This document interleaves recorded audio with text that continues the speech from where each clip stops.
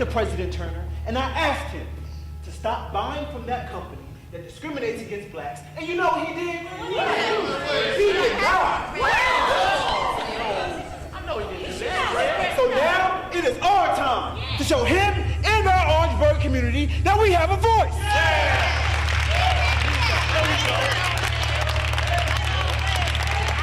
You should not be satisfied with someone telling you that you're no good because of the color of your skin. Yeah, that's right. He's right about that.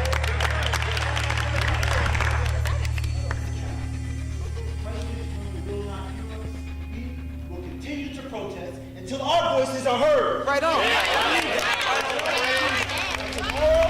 We will not eat at Staley Hall.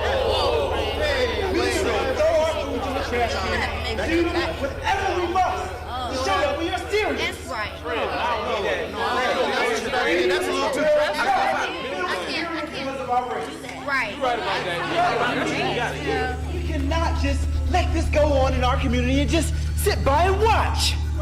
Because we are somebody. We cannot let anyone define us. Because the only thing that defines us is us.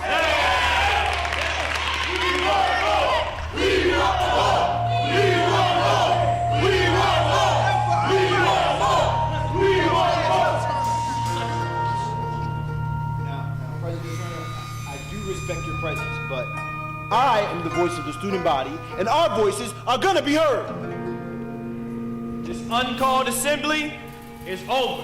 Go back to your dorms. Go back to your classes.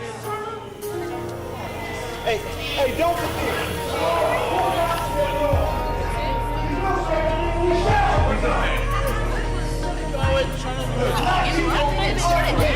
Right on the other food that they need. We will take a stand. We here, Fred. We here. Not Staley Hall. Remember this one Staley Hall. Come down here and let me talk to you.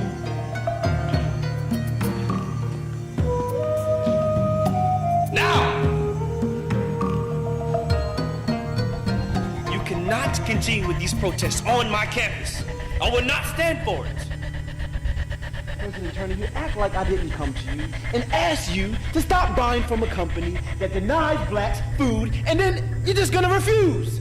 That's neither here nor there. Now this is it. No more protesting on my campus. All due respect, sir, I have a voice, and my voice will be heard. Mr. Moore, I have met with the board, and they have given me no other choice. If you continue with one more protest on my campus, I'm going to have to expel you. And again, sir, with all due respect, the board is full of a bunch of white people. I will make a difference, and I will make a change. You're not going to understand the reason why everything I happens. might not understand every reason, but I will not be looked down because of the color of my skin. Change in Orangeburg starts here. Change? Some things in life never change. You just learn how to deal with them, and you make a way. That's what's wrong with our people today. I mean, we said it. There can and there will be change in Orangeburg. I will be the voice of the people, and our voices will be heard.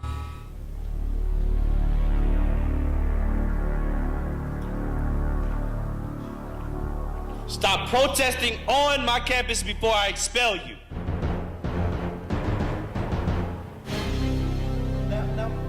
Now you might be able to expel me, and you might be able to kick me off your campus, and you might be able to ban me from every facility. But long after I'm gone, my presence will still be felt. And even when I'm dead and gone, my voice will forever be heard through others.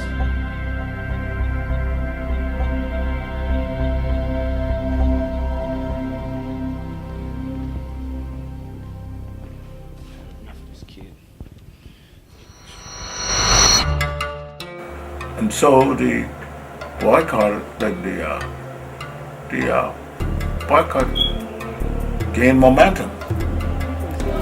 are not selling bread and milk to the black citizens in our community. So you telling me black people are not being treated fairly? They're not being treated fairly. They're not even getting bread and eggs and milk and rice, the things that they need in our community, and they're not doing what's right. So we're gonna boycott Staley. Hey, Dan, we gotta help them. There you go. Come on, we'll boycott Staley. Don't do that, Staley. Boycott Staley. There you go. Boycott Staley. Boycott Staley. Boycott Staley. Boycott Staley. Boycott Staley. Boycott Staley. Boycott Staley. Boycott Staley. Boycott Staley. Boycott Staley. Boycott Staley. Black citizens. We don't want any problems. We're not trying to make problems. We're trying to make a difference. Man, I'm taking my girl and I'm leaving. Get out my face. Get out my face. There you go. We will stand. We will fight. Y'all, they think that since they've given us right, we will stand. We will fight. We will stand. Excuse me. We will stand. We will fight. We will stand. We will fight. Excuse me. This uncalled protest is over. Go back to your dorms. Go back to your classes. Boycott Staley. Boycott Staley. That's right. Boycott Staley. Boycott Staley. Boycott Staley. Boycott Staley. Boycott Your Staley. dorms and your classes. I will expel you and have you arrested. Bye, Fred. What are you doing? What are you doing? Hey, Fred, we're taking this in. It is not right. Leave my campus. It's not right. Now! Y'all remember what I said. Fight for your rights. And let my spirit of freedom and justice live on. The impact was such that the white citizen council overlords sought help from, there was a white man, of course, in the legislature, Jerry Hughes was his name. Jerry Hughes was an Orangeburg representative at the time. And Jerry Hughes introduced a bill in the South Carolina State Legislature to have subversive activities, that they call it. Anytime blacks got a movement together, they would call it subversive. And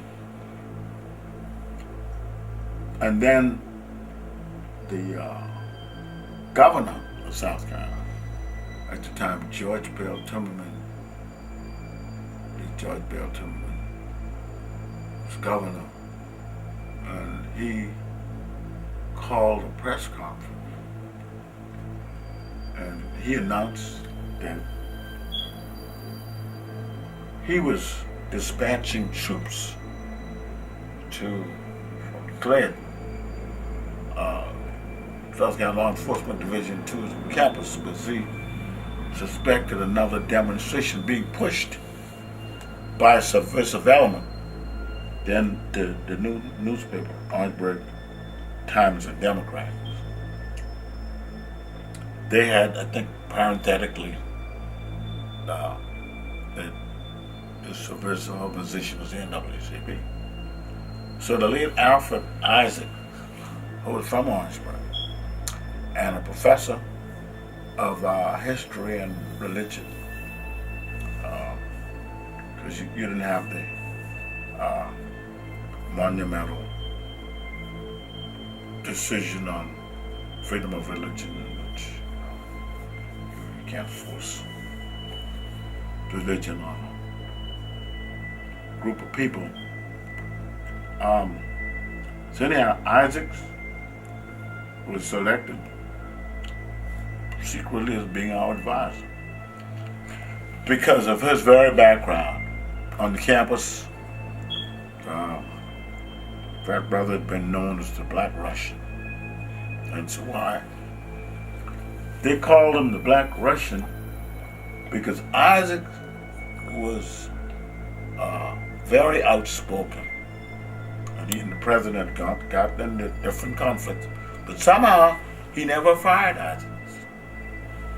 So Isaac privately became our advisor. And Isaac sent for me. And that brother said, Fred, You've got to answer the governor. Can't allow him to make an oppressive move like that and not respond.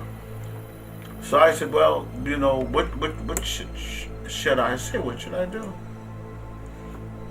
He said, Fred, you've got to mature as a leader.